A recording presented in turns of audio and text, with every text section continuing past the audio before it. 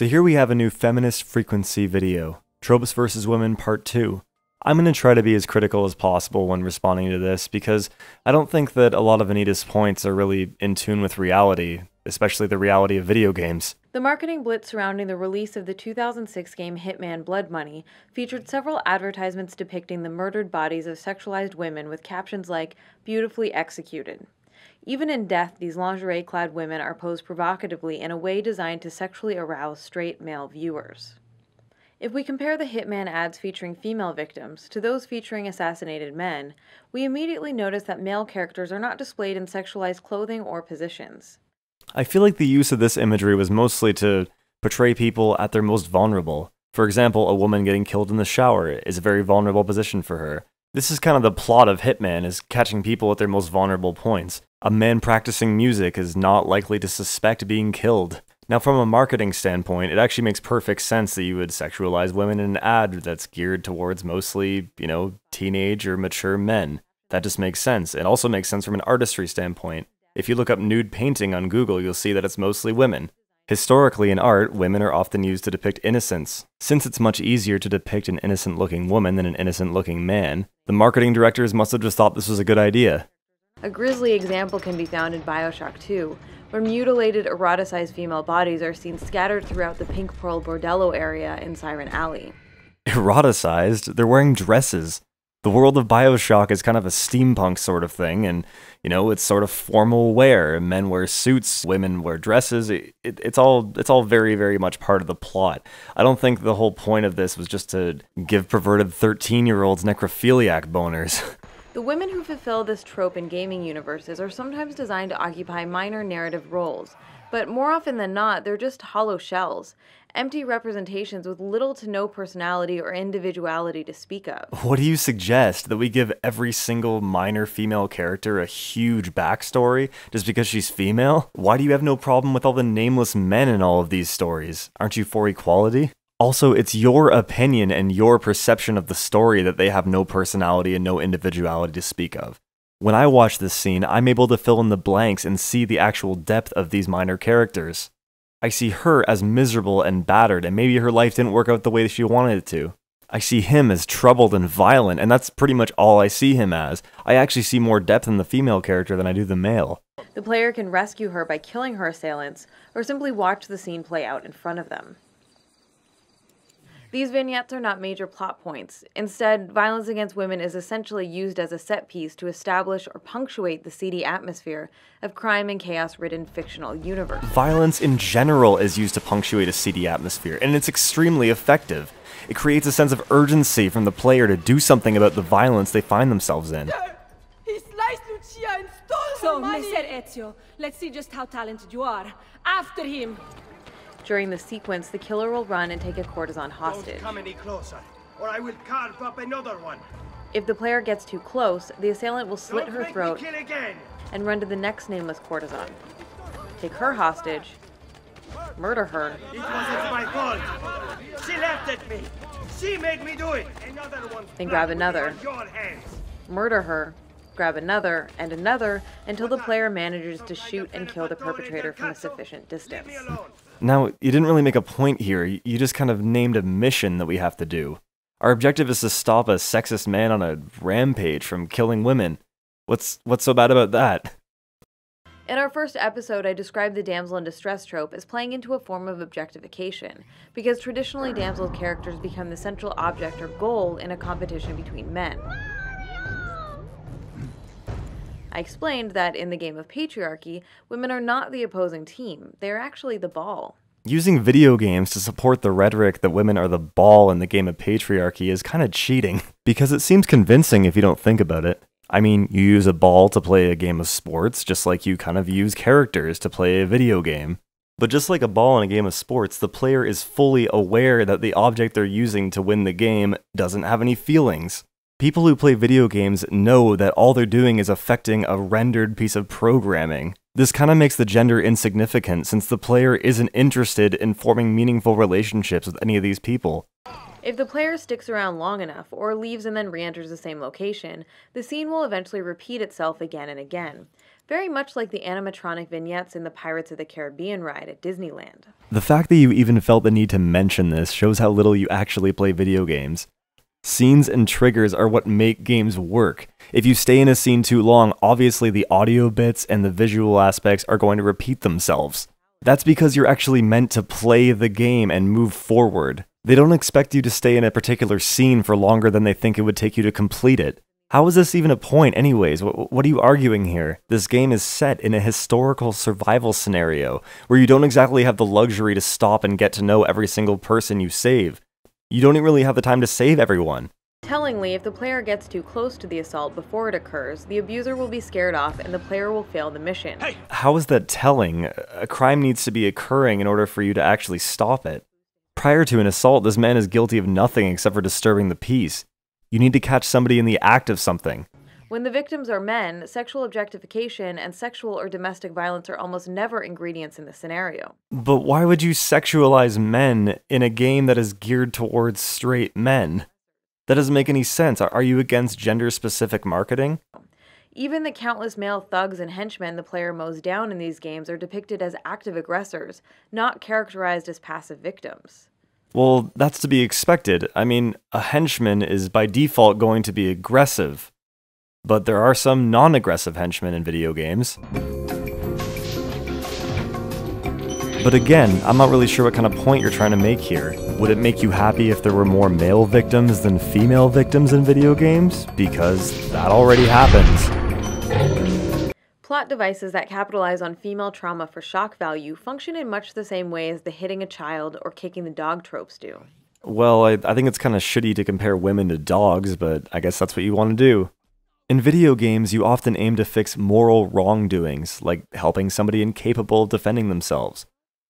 Weak men, women, and small animals fill this role very effectively because that's reality. These are the archetypes that we perceive as unable to defend themselves, so they're the ones that often end up in distressed situations in need of saving. Now, you often make the argument that video games are encouraging people to become misogynistic and treat women as lesser beings because they don't have a huge role in every single video game. But what I see happening here is we're teaching people that men that disrespect women are by default villainous. From your perspective, wouldn't this be a positive byproduct? Go, give it a rest. Enough. Stop hitting the girl. So, in addition to helping paint a gritty picture for the rest of the game experience, this kind of sexualized violence against inessential female characters is exploited by developers as a sort of cheap, one-note character development for the bad guys. Okay, granted, you think it's cheap, and under some circumstances I'm actually inclined to agree with you.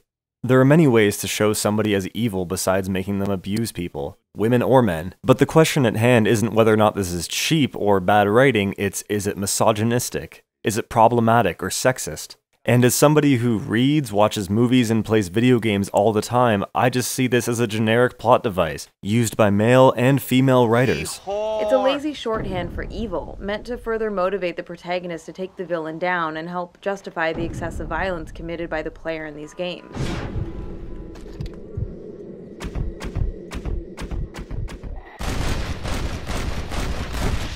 After all, if the random thugs or villains are so heartless and vile they attack helpless women, then the player can feel completely justified and even take pleasure in murdering them in ever more gruesome ways. Now here it almost sounds like you're starting to understand the point of the shooter genre. Of course we want a reason to shoot the people that we're supposed to shoot in the game. It makes it more entertaining and satisfying when we actually kill them, although I wouldn't really expect you to understand that since you are a self-proclaimed non-fan of the shooter genre. And also, video games, like, I would love to play video games, but I don't want to go around shooting people and ripping off their heads, and it's just gross, so... These women and their bodies are sacrificed in the name of infusing mature themes into gaming stories. But there's nothing mature about flippantly evoking shades of female trauma.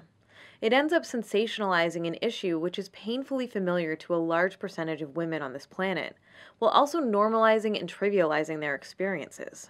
So why do you care more about the sensationalization of female trauma than the murder of men?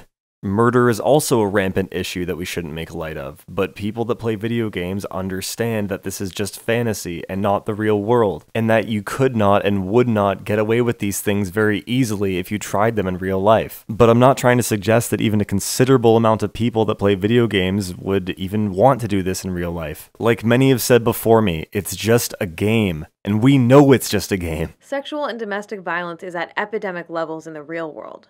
1 out of every 5 women in the United States will be raped in their lifetimes. 1 in 4 will be sexually assaulted. And women involved in prostitution are at a much higher risk of violence because they're seen as vessels to be used by others, rather than as fully human. I guess I shouldn't be surprised that you didn't even mention that men are huge victims of domestic violence and rape. And I guess I also shouldn't be surprised that you quoted the New York Times article saying that 1 in 5 women are victims of rape or sexual assault, which many statisticians have taken issue with. As Kevin Johnson said, no other major category of crime has generated a more serious challenge of the credibility of national crime statistics than rape.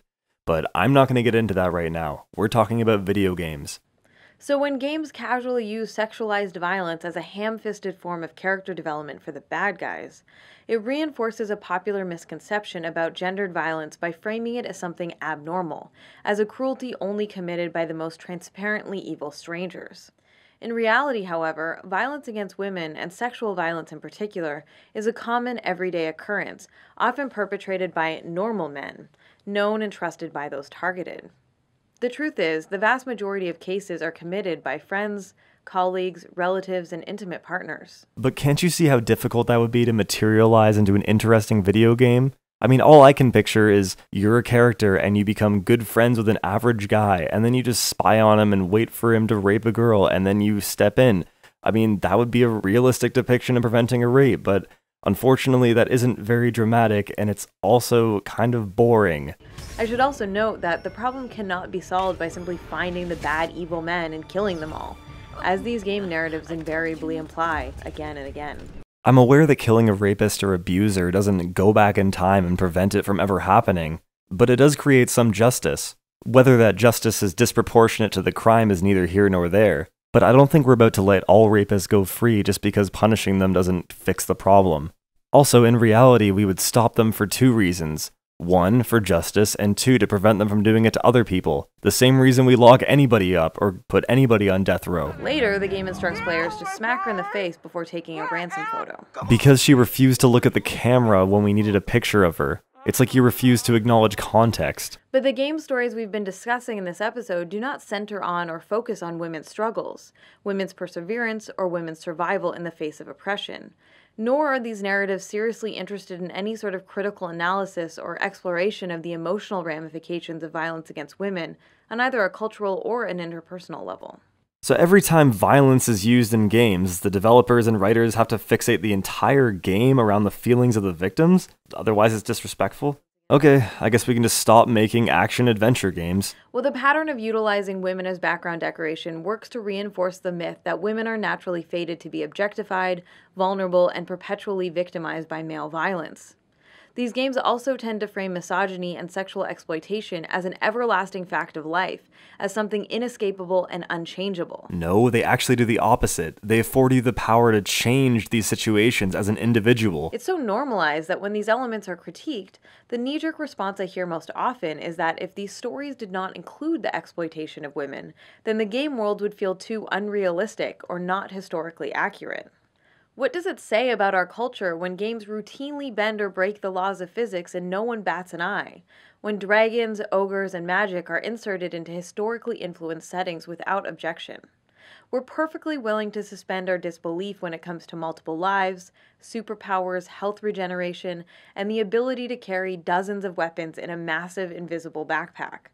But somehow, the idea of a world without sexual violence and exploitation is deemed too strange and too bizarre to be believable. Now, this is a problem that the sci-fi and adventure genres often face, is that they need to be easily digestible to an audience in spite of all of these bendings of the laws of physics. Certain axioms need to be preserved, like often, aliens will speak English. Human nature should remain relatively similar. We should remain adventurous, ambitious, and, if the situation's right, willing to help others.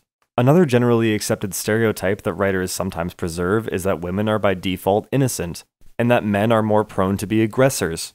Therefore, when plots are set in chaotic scenarios, it's natural for us to assume that men would be imposing their will on women. Now, this stereotype is harmful to both men and women, and it's not always used, but it does help guide the player through the story since they're so used to it and familiar with it.